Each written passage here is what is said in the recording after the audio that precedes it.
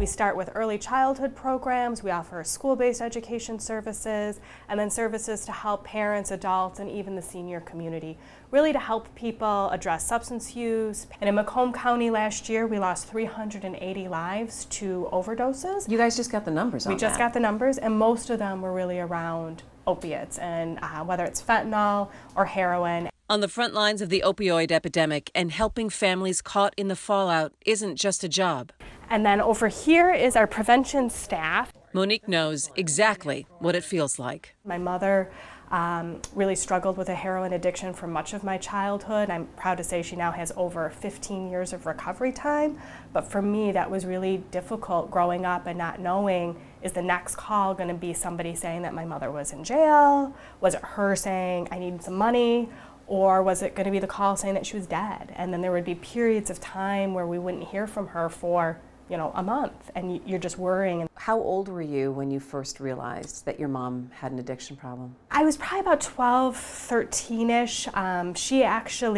She struggled when I was young, so, a toddler, and I lived with my grandparents for a period of time, and she relapsed after my adopted father had gotten cancer. She started abusing his pain medication, and then after he died, she got connected and started using heroin. It wasn't an easy journey, but factors into Monique's decisions each day. For the past 10 years at CARE, 6 as CEO, promoting programs in hospitals, prevention outreach, working with kids, and making sure people get access to treatment as quickly as possible.